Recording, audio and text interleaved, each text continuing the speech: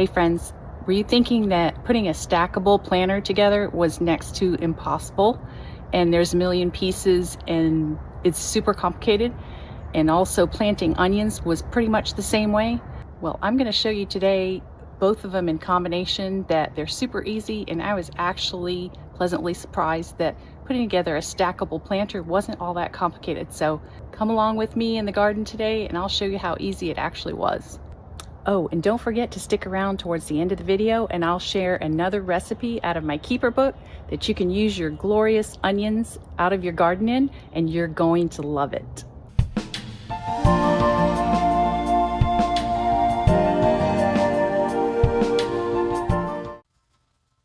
As you see here, it looks like there are lots of pieces, but surprisingly, there weren't too many.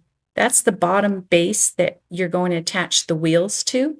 And these are the racks and trays that you're going to put the fill in for soil. And there's a lot of things that can be planted in these stackable planters.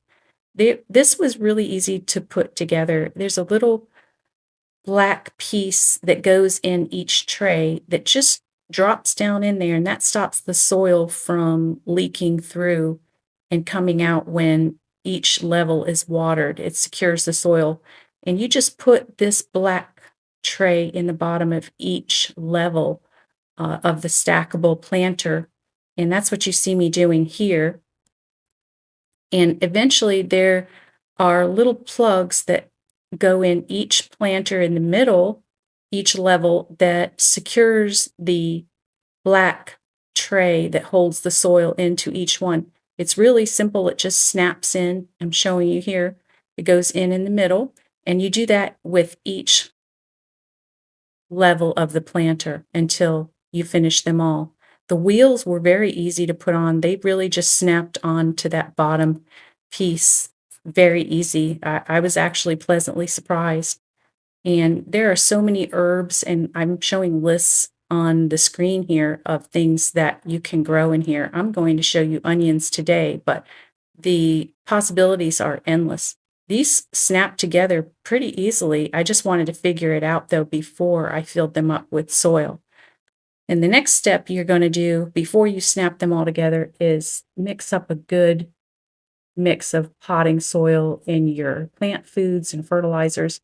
And that's what I'm showing you here. I use a cardboard box and then I can just throw it away once I'm done. Easy cleanup.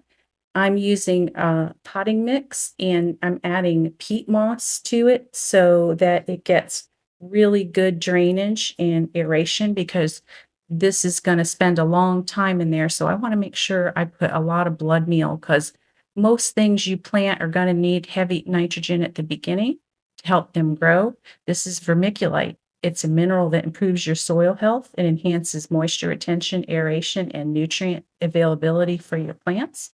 And it's great to add into any kind of planters. And this is my all-purpose organic granular fertilizer. I'm dumping quite a bit in there.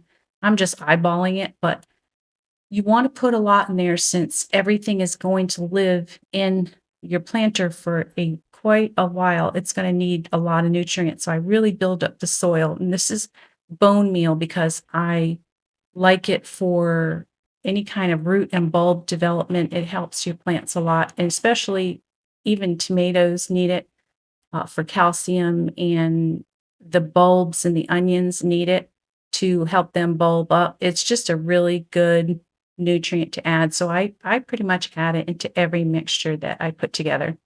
And I'm going to mix this really, really well and put this potting mix with all the fertilizers and treatments into each level.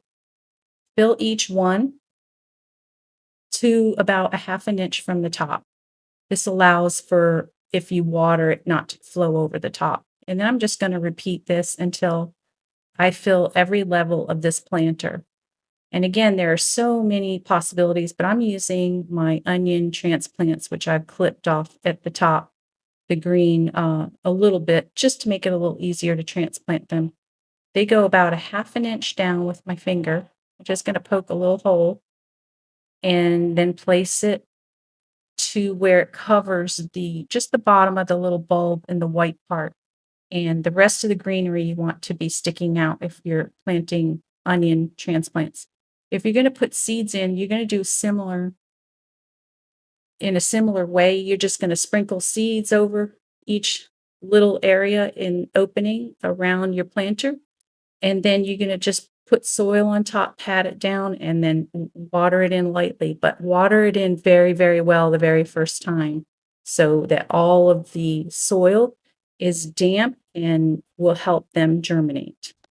And once you have either your seeds planted or your sets, make sure you pat down the soil, water it very thoroughly, and then once a week you're going to want to really saturate and water it. As long as there's good drainage, make sure that the water flows out, but really saturate the soil once a week. You don't want to overwater them, but they definitely need to be watered well and thoroughly. They can stand some shade, but they really prefer mostly sun. You want to feed them every 2 to 3 weeks with a liquid fertilizer that's very heavy in nitrogen, and do that every 2 to 3 weeks through the whole process of the 120 days that it takes for the onions to grow. And stop fertilizing them once you see the bulbing process begin. And that's how easy it is to grow onions in your stackable planter or anything else that you could possibly think of. And here's an easy recipe from my keeper book that you can use with the onions in your garden, and you can use with carrots and all kinds of delicious veggies that you grow, and either make it in a crock pot, as you see here, or you can put it in a nice big pan and simmer slowly on your stove if you're going to be home that day. It is a delicious stew slash soup and nutritious, and my family absolutely loves it, and I hope you do too. And as always, I thank you for joining me today. And until next time, go out and make yourself a great day.